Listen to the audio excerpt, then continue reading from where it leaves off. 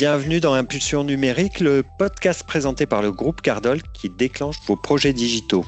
La directive CSRD a beau être allégée, les exigences en matière de décarbonation sont sous l'impulsion des grandes entreprises, des donneurs d'ordre et des acteurs financiers toujours d'actualité. La plupart des industriels l'ont compris, la transition vers la décarbonation est incontournable. Mais entre pression économique, contraintes opérationnelles et manque de repères, beaucoup peinent à passer à l'action. Pourquoi la décarbonation devient-elle un enjeu stratégique incontournable pour les industriels ? Peut-on concilier performance financière et opérationnelle avec durabilité ? Sur quel outil s'appuyer pour piloter sa politique et arbitrer ses choix ? Ou encore, comment passer de la théorie à l'action, du pilotage des données carbone jusqu'à l'optimisation des processus ? Nous faisons le point aujourd'hui en compagnie de mes trois invités. David Lolo, bonjour. Bonjour. Êtes diplômé de Sciences Po Ex. Vous avez travaillé dans la production d'études conjoncturelles, sectorielles et territoriales pour les secteurs privés, publics et parapublics. Actuellement, vous occupez un poste d'économiste et de chef de projet à la Fabrique de l'Industrie. Et vos travaux portent notamment sur la décarbonation et la compétitivité de l'industrie. Tout à fait. Merci beaucoup pour l'invitation. Je vous en prie. Jean-Christophe Beau, bonjour. Vous avez créé, quant à vous, le cabinet de conseil Act4Now et intervenez auprès des entreprises en tant que consultant en stratégie RSE, décarbonation, transition écologique et robustesse. Bonjour. Bonjour. Franck Ventier, vous êtes responsable produit au sein de Cardol, filiale du groupe éponyme, et notamment père du module carbone pour l'ERP SageX3. Ce module vient compléter cet ERP en assurant le calcul d'impact environnemental de l'entreprise. Tout à fait. Merci Christophe. Bonjour à tous. Bonjour et bienvenue à tous les trois dans notre nouveau podcast. Alors avant de rentrer dans le vif du sujet, peut-être puis-je vous demander, David, de présenter en quelques mots la Fabrique de l'Industrie dont vous faites partie. Oui, bien sûr. Alors la Fabrique de l'Industrie est un think tank fondé en 2011 à l'initiative des filières industrielles. Notre mandat est de produire des études économiques sur les enjeux de l'industrie, les enjeux de réindustrialisation, les enjeux de territorialisation de l'industrie, de compétitivité bien entendu, de décarbonation également de plus en plus. Ces études sont en libre accès sur notre site internet et nous avons pour vocation de nourrir le débat public à la fois auprès des administrations, mais aussi des entreprises, des étudiants, des journalistes, pour la présentation. D'accord. Bien, merci pour ces précisions. Qu'à industrie, environnement, j'ai l'impression que les enjeux sont de plus en plus sensibles. Pour commencer, est-ce que vous pouvez nous expliquer dans quel contexte nous nous trouvons actuellement en France et quels sont les enjeux liés à cette question ? Oui, bien sûr. Alors le contexte, peut-être pour commencer, il se situe d'abord à l'échelle européenne. L'Union européenne, elle s'est posée pour défi, pour ambition au lendemain des accords de Paris, de devenir le premier continent neutre en carbone dès 2050. C'est le fameux Green Deal qui a été signé et qui contraint, qui introduit une contrainte juridique pour l'ensemble des États membres. Avec en aval des réglementations également qui se durcissent et qui évoluent en matière de réalisation d'audits énergétiques, de réglementation environnementale plus généralement ou plus récemment sur le reporting extra-financier. Et à l'échelle nationale, on a un texte qui n'est pas contraignant pour les entreprises, mais qui a le mérite de dresser des trajectoires pour l'ensemble des secteurs émetteurs, donc l'industrie, l'agriculture, le bâtiment, etc. Ce texte, donc, c'est la stratégie nationale bas carbone. Et je souhaitais peut-être rappeler deux enseignements intéressants de ce texte. Le premier, c'est que l'industrie est le secteur qui s'est décarboné le plus rapidement depuis 1990. En termes, là, je parle en termes de volume d'émissions abattues sur cette période. Et cette dynamique, elle tient à la fois aux efforts des industriels, de la PME, de la TPE jusqu'aux grands groupes, mais aussi, hélas, à la dynamique de désindustrialisation. Je pense qu'il faut quand même le rappeler. Et le deuxième enseignement, cette fois plus prospectif, c'est de dire que l'industrie, elle doit doubler son rythme de décarbonation par rapport à cette trajectoire historique, qui n'est visiblement pas suffisante au regard des ambitions nationales. Quand on regarde les valeurs, les variations d'émissions, l'industrie, le taux de croissance, le taux de réduction des émissions en France, dans l'industrie, doit baisser de 5% par an entre 2024 et 2030, contre environ 2,4 jusqu'à maintenant. Donc, c'est dire le rythme de décarbonation qui attend nos entreprises. Franck, quels freins ou leviers principaux, à votre avis, les industriels expriment-ils quand on évoque la décarbonation ? Christophe, 2 freins reviennent régulièrement lorsque nous présentons notre solution d'évaluation de l'impact carbone. Le premier, suite à la présentation de la solution, qui fait souvent prendre conscience à nos clients que ce projet est plus impactant qu'ils ne le pensaient en termes d'organisation, de prise de décision et de temps à passer pour mettre en place les éléments permettant de mesurer efficacement l'empreinte carbone de leur activité de production. Ce n'est d'ailleurs pas le temps de paramétrage de la solution ou la formation sur la solution qui est important, mais plutôt celui de la recherche, de l'analyse et de la définition des différents flux entrant dans la composition des facteurs d'émission. Ce sujet est souvent sous-estimé par les entreprises, surtout pour celles qui n'ont pas encore été confrontées aux besoins de la publication de leur bilan carbone. Le deuxième frein est celui de la difficulté pour l'entreprise industrielle de récupérer les informations concernant l'empreinte carbone des produits achetés. En effet, il est très difficile d'obtenir ces informations de la part des fournisseurs, soit parce que ceux-ci n'ont pas l'information de leur côté, eux-mêmes n'ayant pas mis en œuvre des solutions, des actions leur permettant de mesurer l'empreinte carbone des produits qu'ils produisent et vendent, soit parce que la publication de ces informations leur prend beaucoup de temps et leur est réclamée sous des formats différents. Ils vont ainsi avoir tendance à ne pas répondre à ce genre de demande ou à ne le faire que pour leurs principaux clients, avec lesquels ils ont des enjeux financiers souvent majeurs. Or, nos clients travaillent bien souvent avec des fournisseurs pour lesquels ils ne sont pas les clients les plus importants et n'obtiennent pas ou que très difficilement les informations d'empreinte carbone des produits achetés. Les leviers sont pourtant majeurs pour nos clients. On en relève 3 principaux. Le premier levier étant la capacité à répondre à une demande forte du marché, soit de la part des marchés financiers avec certains investissements qui sont maintenant orientés exclusivement vers des entreprises et des industries vertueuses sur les aspects environnementaux, soit de la part du marché des particuliers à la recherche de produits à moindre impact, respectueux de l'environnement et de la santé et des normes sociales. Second levier, la capacité à répondre aux demandes des gros donneurs d'ordre qui imposent à nos clients d'être en mesure de fournir l'empreinte carbone de leurs produits. Cette capacité devenant même pour certains une condition sine qua non s'ils souhaitent continuer à être un fournisseur référencé pour ces grands donneurs d'ordre.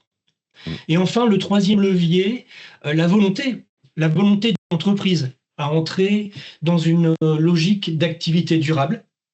On est souvent dans ce cas dans une démarche stratégique portée par la direction de l'entreprise qui s'est donné une trajectoire et des objectifs commerciaux et financiers précis qu'elle souhaite atteindre.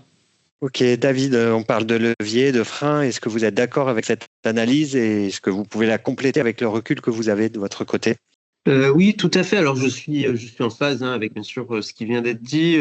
Si je peux compléter peut-être sur les leviers véritablement de réduction des émissions industrielles, je pense à 3 leviers en particulier. Le premier, c'est l'efficacité énergétique. Donc, par exemple, le remplacement des machines énergivores par des technologies qui le sont moins. La valorisation de chaleur fatale également pour éviter que cette chaleur ne chauffe inutilement le plafond des usines. Le deuxième grand levier, c'est la sortie des énergies fossiles, parce que dans l'industrie, il faut le rappeler, les énergies fossiles, elles représentent encore 47% du mix énergétique.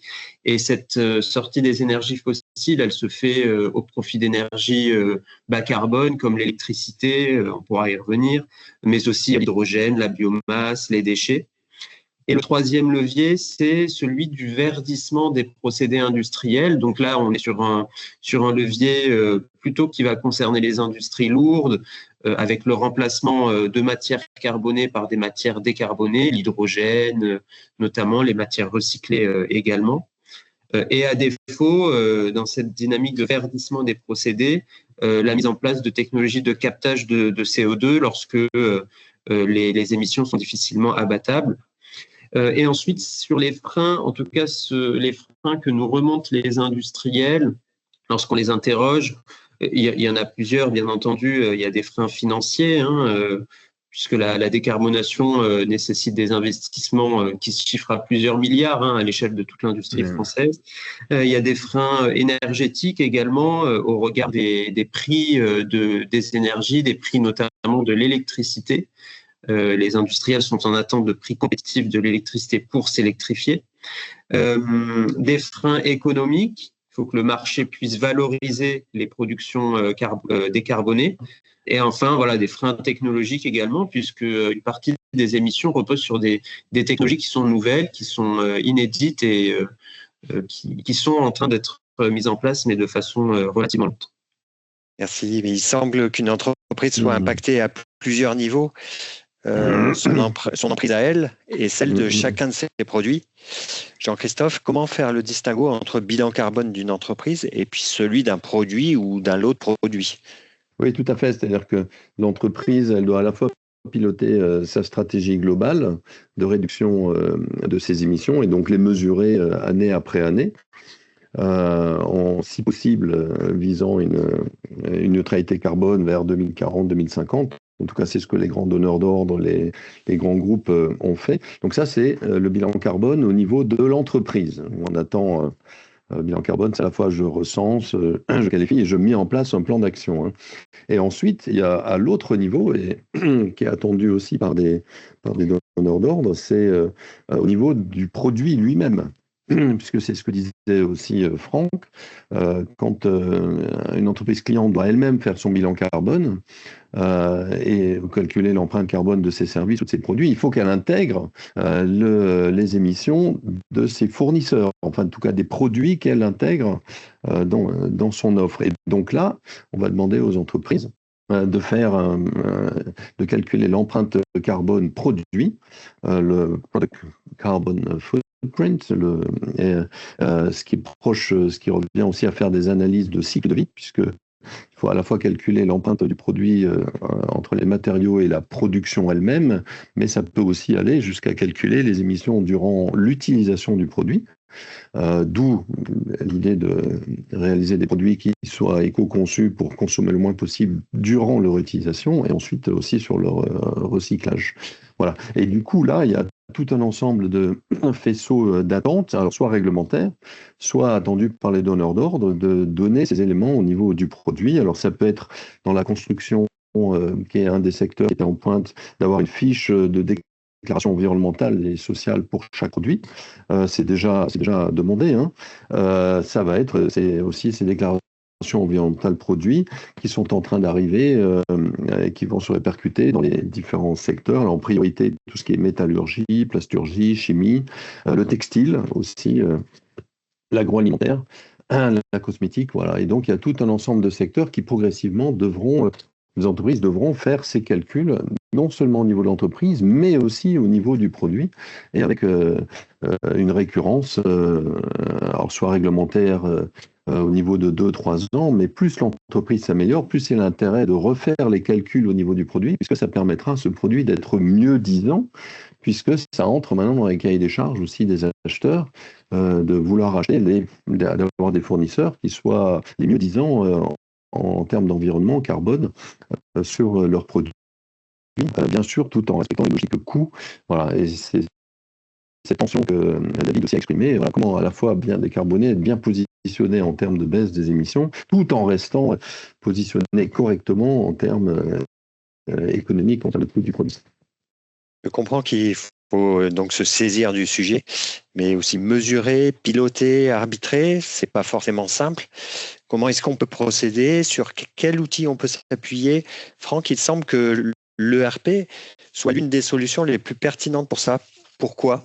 Oui, tout à fait, Christophe. Véritable colonne vertébrale de l'entreprise, le système d'information principal qui est le ERP est effectivement le lieu où l'entreprise consolide la majeure partie de ses données. Il nous a donc semblé assez pertinent que cet outil informatique soit utilisé pour répondre à ce besoin des entreprises. Nous sommes d'ailleurs rapidement rendus compte que les principales informations dont on avait besoin pour calculer l'empreinte carbone des produits et l'empreinte carbone des activités de production de l'entreprise de manière générale étaient déjà en grande partie présentes dans les données de l'ERP. Il s'agissait donc pour nous d'aller les rechercher et de les utiliser de manière pertinente afin d'obtenir l'empreinte carbone et le bilan, on va dire, environnemental global de l'activité industrielle. De plus, ces données sont correctement maintenues dans les ERP car il s'agit d'informations de gestion industrielle et elles sont fiables. Raison de plus pour nous de les utiliser afin de produire des éléments pertinents lors des calculs. Ok, je comprends que la data, la donnée est vraiment cruciale. Est-ce que cette donnée ne se trouve pas que dans le RP, même si elle peut y être ramenée et utilisée, bien sûr? Et David, quelle est la diversité des sources d'information et est-ce qu'elle est complexe à obtenir? Alors oui, le sujet des émissions et de la façon de les calculer, c'est vraiment au cœur de l'opérationnel des entreprises. Je pense d'abord à des données de consommation d'énergie, des données de volume de production, qui sont des données à la portée pour le coup des industriels.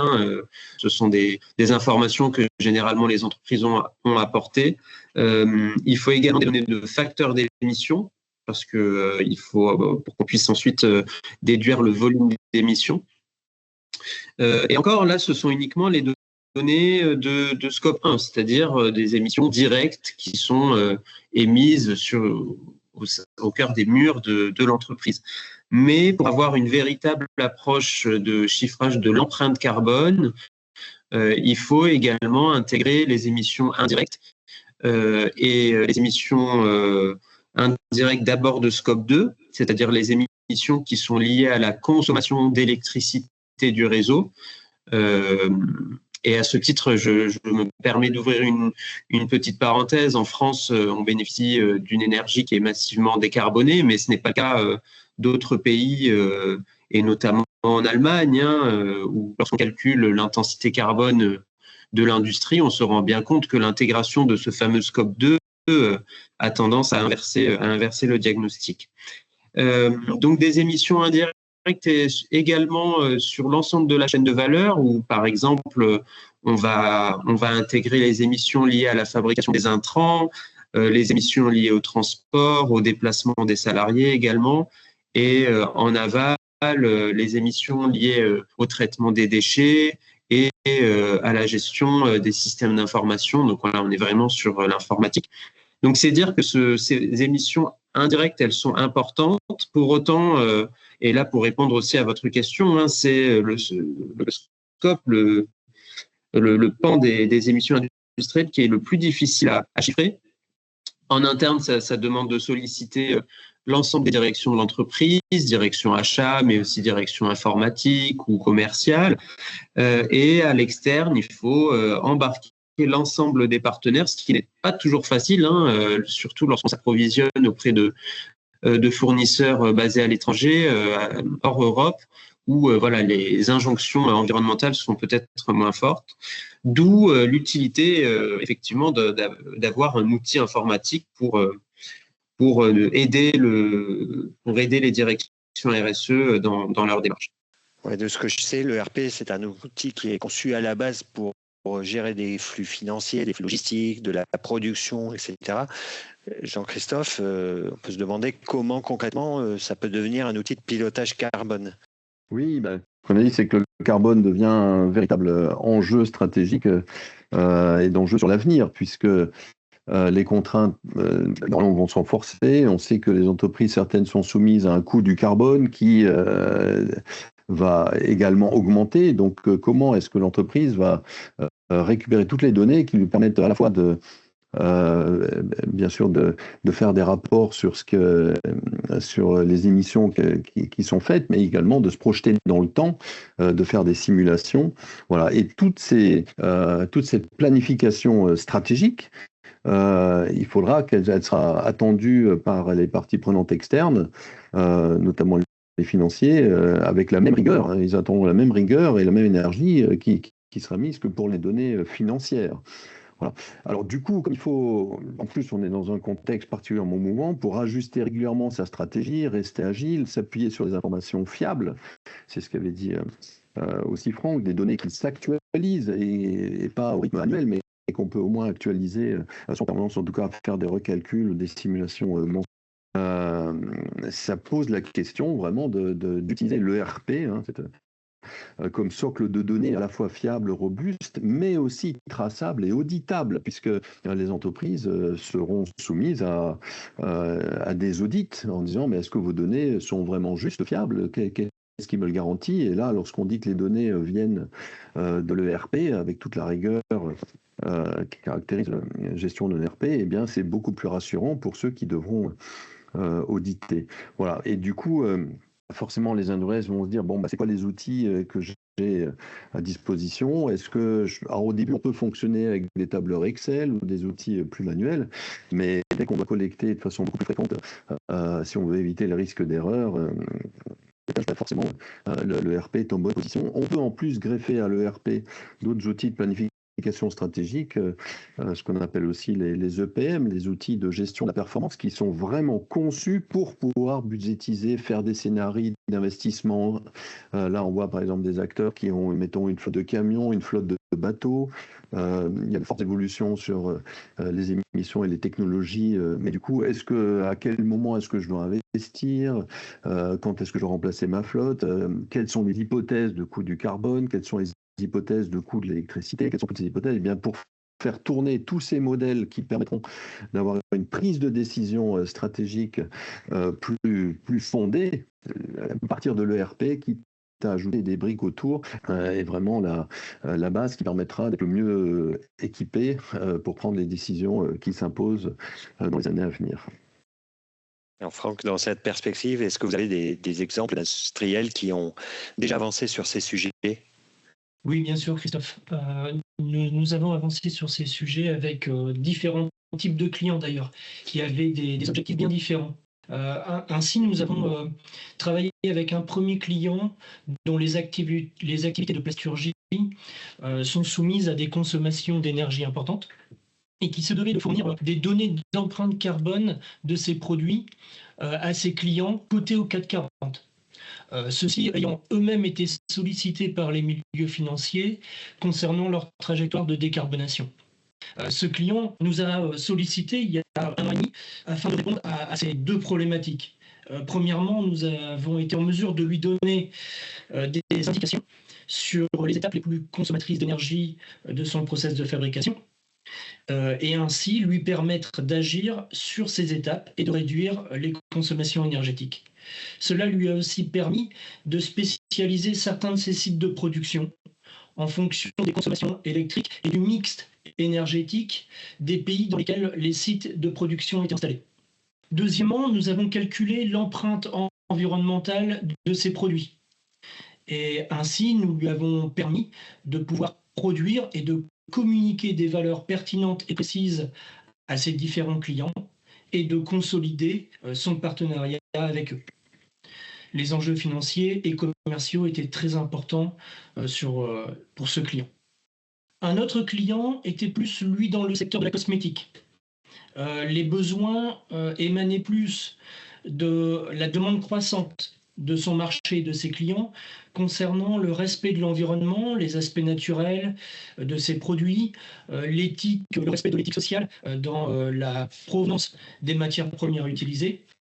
Il nous a donc contactés pour la capacité de notre solution à élargir l'évaluation de l'impact, ne pas être uniquement sur un impact carbone, mais être sur un impact multifacteur intégrant des facteurs environnementaux et sociaux dans le calcul d'évaluation que nous faisons.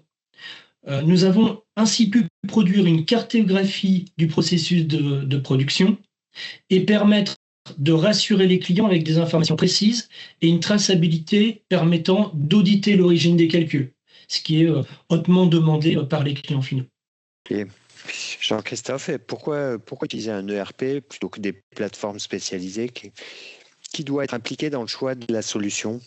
Alors, l'avantage de l'ERP, c'est, d'ailleurs, je prends le relais de Franck qui disait, c'est qu'il y a déjà beaucoup de données qui sont dans le ERP, que ce soit sur les nomenclatures des produits, des articles ou les gammes.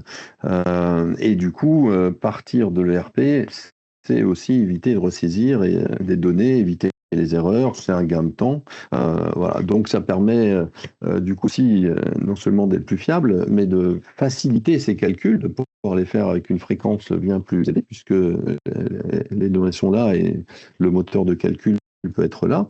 Ça permet de comparer du théorique, et si je faisais ça, le what if, et si je faisais ça par rapport à ce qui s'est réellement passé aussi. Donc ça, c'est très utile, puisqu'on a ces données là aussi dans le RP. Donc, ça permet de faire des simulations en amont pour des clients en disant, et si vous preniez ça, tel article, dans tel produit, telle façon, avec telle composition, etc., voilà à quoi on pourrait arriver. Ça permet aussi de simuler les coûts par rapport à ça. Donc, c'est très utile commercialement. C'est plus auditable, Franck termine là-dessus. Alors, du coup, ça peut être aussi comme on utilise un outil existant, ça peut être en termes de coût, ça peut revenir moins cher que de faire appel à juxtaposer des solutions externes. Mais je dirais aussi que si vers quoi on va, c'est une combinaison en fait de ce que l'ERP peut offrir et ce que d'autres plateformes peuvent fournir aussi pour aspect plus réglementaire, c'est-à-dire éditer des calculs, des fiches déclaratives d'émissions de carbone d'un produit ou d'émissions environnementales. Puisqu'il y a tout ce côté aussi réglementaire. Et, il y a des plateformes qui permettent de faire ça, qui peuvent aller plus loin en termes d'ACV, aussi par l'utilisation, les émissions liées à l'utilisation du produit à la fin de vie du produit. Du coup, ça sera moins, enfin, notre vision, c'est que c'est pas l'ERP tout seul, c'est l'ERP avec un ensemble de briques sur l'externe. Il s'agit ensuite de raccorder justement ces différentes solutions pour éviter de faire juste des exports, des exportations de données. Par des API, mais voire de créer des connexions, des connecteurs qui permettent un flux des données qui peut aller dans les deux sens d'ailleurs, entre le RP et des solutions externes, ce qui donnera vraiment à l'entreprise la meilleure solution et pour les calculs, et pour la planification, et pour l'aspect réglementaire, ou faire des analyses, notamment je pense à ces analyses cycle de vie du produit. Et ensuite, il faut aussi voir que si dès qu'il faudra faire des décisions, prendre des décisions, faire des estimations d'investissement, en se projetant sur plusieurs années, 3-5 ans, là, il y a vraiment des outils de management de la performance qui peuvent aller au-delà des fonctions que fournit déjà un ERP et qui permettent vraiment d'avoir toutes les clés en main, de faire tous les scénarios qui permettent de prendre des décisions d'évolution de l'outil industriel. Des investissements réalisés pour à la fois combiner cette décarbonation et au meilleur coût, puisqu'encore une fois, c'est un vrai enjeu de coût aussi pour l'entreprise et de ses investissements. Voilà. Du coup, pour mettre en place un plan d'action, ça demande des personnes qui sont à l'interne de l'entreprise, qui ont cette compétence RSE, environnement, HSE, ou il y a déjà des personnes qui sont en charge du carbone spécifiquement. Ça demande d'intégrer aussi les gens des achats, puisqu'on a vu que les fournisseurs, c'est essentiel, toute la supply chain, les émissions qui sont liées à ce scope 3, ce que disait David. Il faut avoir un avantage concurrentiel. Qu'est-ce qui est attendu des principaux clients, sous quelle forme leur présenter? Contrôle de gestion pour ton reporting. Voilà, en fait, c'est vraiment, ça devient des projets. Il faut mettre autour de la table pas mal de personnes pour réussir à ensuite faire la bonne roadmap, mettre en place la bonne stratégie de l'entreprise en termes d'outils et de décarbonation. D'accord, je vous propose qu'on entame notre dernière partie. David, on entend souvent que décarboner coûte cher.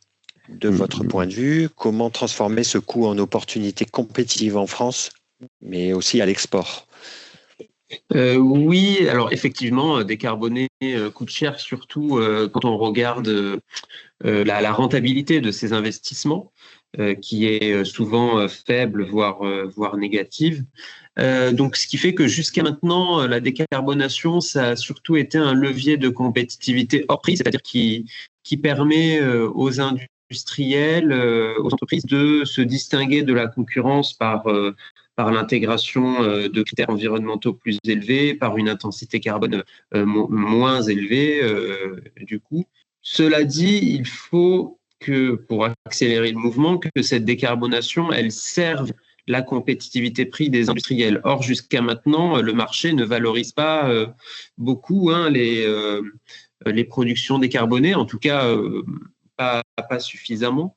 Il y a quand même face à ce constat des évolutions qui sont favorables et je crois que Franck les a aussi évoquées. L'écosystème des entreprises qui se met en marche, à la fois les donneurs d'ordre qui sont eux aussi enjoints à réduire leur scope 3 et l'écosystème financier avec les acteurs bancaires notamment qui sont également attentifs aux efforts des industriels avant de leur octroyer des crédits, par exemple. Et pour aller plus loin, je pense à des politiques publiques cette fois, donc on est du côté de la puissance publique, pour accélérer cette dynamique de décarbonation compétitive. D'abord, je pense à les clauses de contenu local, au développement de la commande publique pour flécher cette commande publique vers les productions décarbonées européennes. Et à moyen terme, je pense également à la mise en place d'une taxe carbone aux importations. C'est d'ailleurs toute la vocation du mécanisme d'ajustement carbone aux frontières qui va rentrer en application en 2026 et qui cherche en fait à internaliser le coût carbone dans le prix des produits, qu'ils soient produits en Europe ou à l'extérieur de l'Europe, pour rétablir ce qu'on appelle un level playing field, et qui peut participer de cette décarbonation compétitive. Mais on est vraiment aux prémices, pour le coup, de ce mécanisme. Alors, depuis le début, nous parlons de carbone, mais Franck, il existe certainement d'autres substances à suivre, non ? Oui, bien sûr, Christophe. On parle aussi souvent de l'eau, qui est un élément important, et on sait aujourd'hui l'importance des préservations des capacités, on va dire, mondiales de l'eau douce et de l'accès à l'eau douce propre. Mais de manière générale, on regarde maintenant de plus en plus l'ensemble des substances qui sont rejetées dans l'environnement et qui peuvent avoir un impact sur la biodiversité ou sur la santé. Les rejets peuvent souvent concerner, par exemple, les métaux lourds, des polluants chimiques ou encore des produits toxiques. La liste, malheureusement, peut être assez longue, en fait, de ces différents rejets. On parle aussi énormément des rejets plastiques qui occupent l'actualité assez régulièrement. C'est dans ce contexte que l'on parle maintenant de plus en plus de durabilité et plus uniquement de décarbonation. C'est pour répondre à ces évolutions, d'ailleurs, des besoins industriels, que nous nous sommes donné la possibilité de mesurer tout type de substances lorsque nous faisons l'analyse des process industriels et de leur impact lors de la production des produits chez nos clients. Notre évaluation et la cartographie des impacts que nous produisons maintenant est totalement complète et intègre toutes ces données. Jean-Christophe, quels seraient vos conseils à un industriel qui souhaite démarrer l'intégration de la dimension carbone dans son ERP ? Par où est-ce qu'on peut commencer ? Voilà. C'est un projet, on a vu, qui touche l'ensemble de l'entreprise. Donc déjà, de créer un groupe de travail avec toutes les parties prenantes internes, bien sûr, RSE environnement, s'il y a aussi les personnes en charge plus particulièrement du carbone, il faut les achats puisque ça touche la supply chain, le marketing, le commerce pour recueillir les enjeux justement des clients et commerciaux, la finance, bien sûr l'IT qui doit superviser tout cela, et ensuite faire un cadrage qui permet de fixer la stratégie, qu'est-ce qui relève de réglementaire ou d'attente client, de la volonté de l'entreprise, les moyens que l'on veut mettre, et ensuite se poser la question de la roadmap et quelles sont les options possibles en termes d'accompagnement, de combinaison d'outils. Puisqu'on peut greffer ce qu'on a vu des plateformes externes qui viennent compléter le RP ou des EPM qui viennent aussi compléter la capacité de planification, de simulation et avoir un œil vigilant sur tout ce que peut apporter l'IA, puisque même si on sait que l'IA a une forte consommation, elle peut avoir des bénéfices supérieur à sa consommation, notamment autour du choix des facteurs d'émission, que ce soit aussi pour des fournisseurs, pour attribuer des émissions à des articles fournisseurs dont on ne dispose pas d'informations, optimiser tout ce qui est logistique. Enfin, il y avait des applications très intéressantes pour décarboner liées à l'IA. Voilà. Donc, c'est tout ça qu'il faut réussir à prendre en compte pour se lancer et affiner au fur et à mesure sa stratégie. D'accord, avant que nous concluions, David, est-ce que vous auriez peut-être des compléments à apporter ? Je pense qu'on peut compléter peut-être par un aspect de politique publique. Encore une fois, on demande aux entreprises de décarboner. Les ambitions sont stabilisées par l'État dans le cadre de la stratégie nationale bas carbone. Mais il faut aussi rappeler l'écosystème économique dans lequel les industriels évolue, qui est un environnement en fait d'asymétrie des politiques climatiques. Donc il faut aussi que cette décarbonation qui est appelée des vœux de la France, de l'Europe, elle rentre dans l'intérêt économique des entreprises. Voilà, je pense que c'est important de rappeler ce message-là, et c'est pour ça que en termes de politique publique, ensuite, ça se traduit par exemple, la mise en place de politiques commerciales ou cette fameuse taxe carbone dont on attend les contours pour 2026. Eh bien, merci beaucoup à tous les trois pour cet échange et vos éclairages. Il me semble que nous pouvons retenir de nos échanges du jour, premièrement, s'engager le plus rapidement possible sur le chemin de la décarbonation, c'est vraiment stratégique. Deuxièmement, nous pouvons pour cela nous appuyer sur des outils dont toutes les entreprises sont déjà dotées, à savoir l'ERP notamment. Et ensuite, enfin, il faut faire en sorte que les différents départements de l'entreprise, IT, RSE, production, finance, etc., se parlent entre eux pour lancer et piloter ces projets de décarbonation. Voilà, vous venez d'écouter un épisode d'Impulsion numérique, le podcast présenté par le groupe Cardol, expert des solutions numériques pour les entreprises. Merci pour votre écoute. Nous espérons que cet épisode vous aura éclairé. N'hésitez pas à le partager autour de vous et à vous abonner sur votre plateforme préférée pour ne pas manquer les prochains. Je vous souhaite une très belle journée.